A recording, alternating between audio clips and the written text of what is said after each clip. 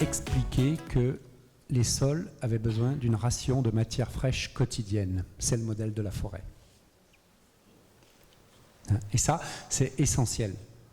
Dans nos écosystèmes, il y a un bout de branche qui tombe avec des feuilles au sol. Et ça, c'est la nourriture terrestre. C'est ça dont le sol a besoin. Quand on passe une plante par le compost, quand on passe un déchet organique, un déchet végétal, tout ce que vous imaginez, et qu'on le monte en température, on en détruit 55% de la matière. Et depuis tout à l'heure, on parle bien de carbone et de cycle de carbone. Le cycle du carbone, c'est le cycle premier. Il détermine tout. Donc si on met du carbone frais au sol, on nourrit le sol et on développe derrière cette batterie d'indicateurs de vitalité, etc., etc.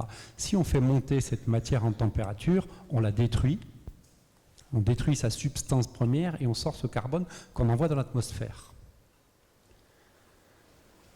Donc, quand on met, en résumé de résumé, parce qu'après vous allez me dire il y a plusieurs formes de compost, mais le compost, ça n'existe pas dans la nature.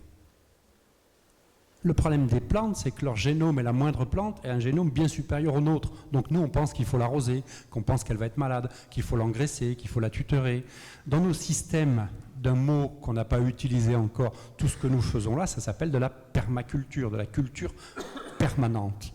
Dans cette culture permanente, on va semer, le sol a besoin de 16 plantes pour être en état équilibré, des grandes poussantes, les plus grandes possibles, les plus poussantes possibles. Dans le système simple, où on va semer ce qui s'appelait à une époque un engrais vert, un couvert végétal à l'automne, qu'on va écraser, rouler et ressemer dessus. Ça vous parle? Complètement, oui. Voilà. Hein. Donc l'idée, elle est là. Le compost ne va venir qu'en complément d'information. Le compost, comment tu dis déjà? Il faut le mettre dans la case engrais. On n'est pas à le jeter à la poubelle. Les poubelles ne seraient pas assez grandes. On est juste dire qu'on a détruit la matière première, ses composés premiers et son carbone. Donc tout ce que vous pouvez utiliser en frais, les vers de terre ne mangent jamais de compost.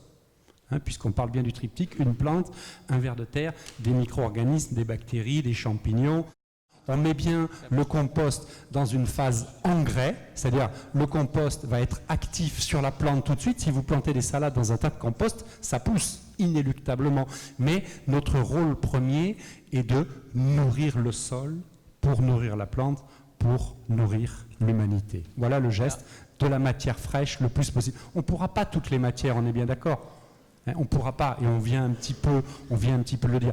Mais majoritairement, je vous passe les détails du compost industriel qui demande une énergie follissime pour réduire cette part carbone qui devrait...